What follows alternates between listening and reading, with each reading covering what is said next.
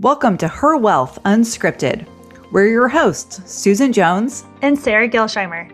We believe financial decisions are most powerful when they're made with intention and grounded in what matters most to you. This is a space for real conversations about money, life, and the moments that change everything. Because it's more than numbers, it's the life they make possible. And there's a lot of research on the behavioral finance side that talks about that saving is really hard for us to do because it's as if it's our future self, a stranger. It's as if our future self is a stranger. So there are, psychologists that say actually visualizing what you look like, when you're retired down the road, that can help you increase your savings a bit because you're more associated with that person versus it just being a stranger. To your point, Debbie, on, putting a visual behind that number can be really helpful. So we see that in the behavioral research as well. Why do you find that so many entrepreneurs or women or people in general underestimate the power of vision boards or even manifesting, all of these different areas? Well, we are manifesting all the time. I remember my husband, we were in the Dominican and we were having breakfast and he was, kind of over, he doesn't normally hear what I'm doing, but because we were in the same room, he could hear me coaching and he says, well, Deb, isn't manifestation just life? And I'm like, that's probably the most profound thing you've ever said. He's like, what? And I said, it's true because what we focus on, we get more of. So what you were saying, Susan, too, around if we focus on debt, if we focus on, I don't want that, then we're attracting more of that. But by simply having a plan, the plan itself is hope-filled. Yeah. So that's what you're focused on. Well, I was just wondering if you had any insight as to why women or entrepreneurs underestimate the power of all of this. Yes. I think for one is that it's done as a collage. And so for some reason, if you go on Pinterest or if you Google vision boards, a lot of people are making them really chaotic and messy. Mm.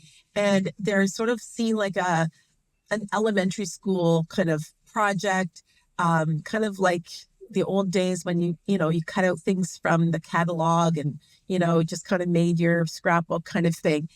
And so people see it as childish. And, there's a difference between simplicity and ease. And so the process is simple. And I think people get those two confused because it's so simple, they dismiss it, but it's not easy. It takes the habit of focus. So I think people misunderstand it because there's been well-meaning people, but just doing it maybe in an hour, just putting material things down.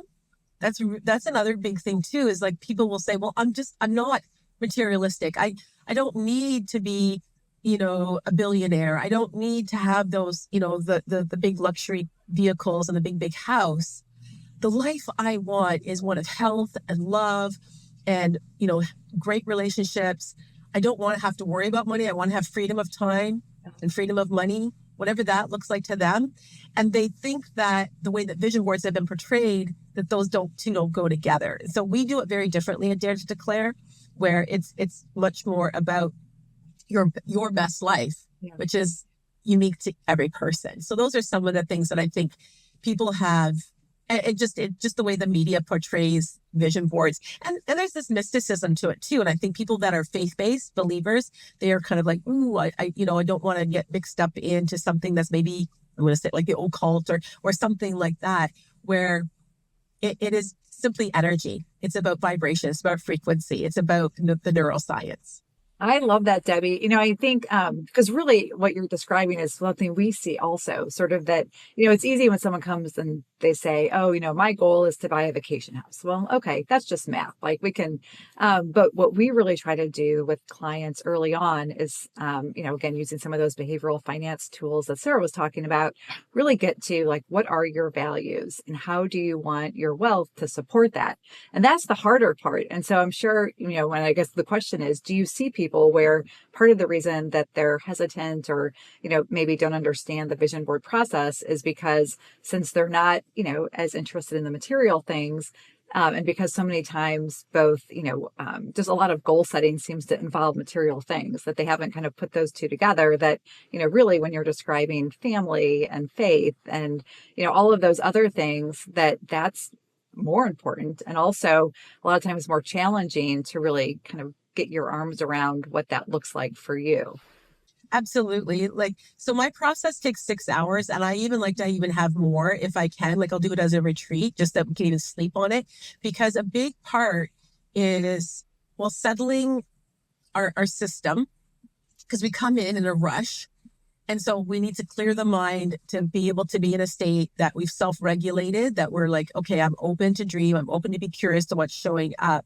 But then we come in with all these beliefs. We are judging machines. We make judgments, snap judgments about everything. First impressions. We have beliefs about food. We have beliefs about sleep. Thinking about parenting, how many beliefs we have just simply around how to parent or how to be in a marriage. Money, what you ladies do, there is a whole lot of beliefs around that. Mm-hmm. And many of them are not great in terms of accumulating and growing wealth. It's about deserving, about worthiness. And so what I do with the vision board is what you said earlier, Sarah. It's about the self-image, seeing yourself as the person that's living that life. So how does that person already show up now, knowing that that's the woman she's becoming? And so, how does that impact the food she eats, how she takes care of her body, how she communicates, all the different areas of her life. So, and embodying that version of yourself now. So yes, I do see a lot of that. And I spend a lot of time, and I also work one-on-one with clients as a coach. And we spend a lot of time digging into some of those deep beliefs that either come from culture, from society, from parenting, different places and spaces that have informed then not, because those beliefs then inform our actions, which then inform our results. So we got to pull the thread and figure out, where did that come from? And then hold it up and go, is that actually true? Well, if it's not, what is true? And then if this is a new belief, then how are my actions going to change? What are my new habits going to be, which will then inform my results? Yeah, that half of the work is sort of undoing or even just uncovering these different layers that have, happened over time. So that's really interesting that your vision board process is so lengthy, because you made the point, you can't just put together a vision board in an hour, right? It takes a lot of work. And this might be a good segue into, what are some of the most common mistakes people make when they put together a vision board? Probably one of which, putting it together in an hour, might be one of them. But have you seen other, I don't want to say inadequate vision boards, but where do people kind of miss the mark when it comes to creating them? Well, I'll say that there is no wrong way, because I've heard from people that, in my opinion, they've created it in a very traditional way, collage, all those things. And then, they said 10, 15, 20 years, they oh my goodness, I'm living in this house.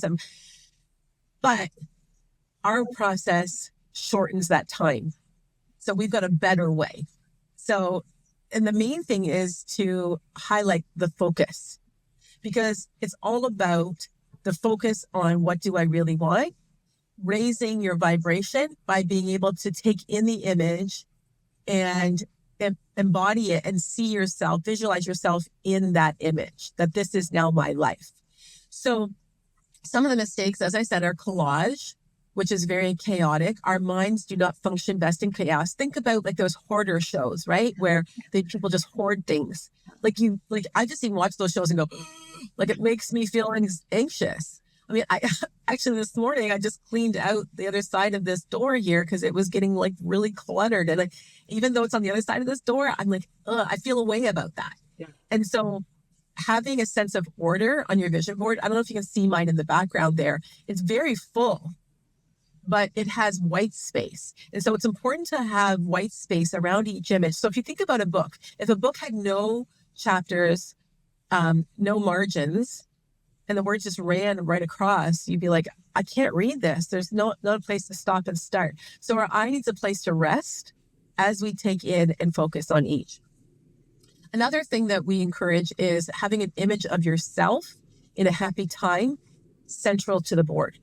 Because what that does is, instead of it becoming, as I said earlier, the materialistic kind of, just circle of stuff, right away, it anchors it to you. Who is that version of you? But it's also important to have it be not just a glamour shot, but a shot that you were in a very happy time. So it already raises the vibration of the board. Often ambitious entrepreneurs will want to create a work board, or I'll even have corporate people will say to me, can you help my employees? And I just want them to create a board for this workplace. Now, again, there's nothing wrong with that. However, we're multifaceted. And so I encourage people to create their vision in at least 2 areas. Now, sometimes people that they're just coming out of crisis or who are very burnt out, they find 7 areas overwhelming, because I'll walk people through 7 life areas. So I say, well, at least 2, like something that's maybe work related and something that's personal. So I would think that would be an error, would just be focused in on the business aspect, because I don't know if you've ever seen The Wheel of Life, like they were just thumping around, right? We want to have a vision in multiple areas, because that's the whole person that we are. I also recommend that people don't put things on like money. So money, like sometimes people will even, like I have a check, I have my own magazine, and I have a blank check here in the back. But what I do is I recommend for people, if they're filling this check out, that they actually don't take up the real estate on the front of the board, but they put it on the back. Because it is then to fund the front of the board. So quick story, I had these girls, they were in a workshop. They were a team at a workplace. They're like, Deb, we have a check on our staff room board and it hasn't come to fruition. And I said, oh, how much is it for? And they said $80 million. And I'm like, holy moly, that's a lot. And I said, what do you girls want to buy? Like a hockey team? Like what? Yeah. What is this? And they all shrugged their shoulders. They didn't know what the $80 million was for. So I said, well, let's back it up. I said, what do you really want? She goes, I want to pay off my mortgage. I said, how much would that cost? $100,000. I said, that's what goes on your check, because you can feel living in your home mortgage free. Yeah. And all of a sudden she just was lighter. Like she could make that connection to it. So I think oftentimes people put money on their board as more of a symbol, but there's no connection to it. There's no energy within it. So I would encourage people to put the check on the back, but to put the image of what that will fund on the front, because that's what you're actually going to be connected to. More time with your family vacations, and so forth. I'm trying to think if there's any other things that I see. This is women will do this, especially women my age or older. They want to make a vision board for their kids or their spouse. Because we're so used to serving others. Yeah. And they're like, oh, I remember this one lady, she's like, I'm like, who is that? She's like, oh, that's for my daughter. I want her to be a nurse. And I'm like, well, she's so, she wants that for others, but it doesn't work like that. Like it's for you. And I think that is a belief again, is about worthiness. Like this is a day, I say the vision board process, our vision board process is the new spa day, because it's all about you. It is one of the highest forms of self-care. And as women, we tend not to be used to focusing simply on ourselves. What do I want? Not what my spouse wants, my kids or whatever, or what I want for them. What is it that I want for myself?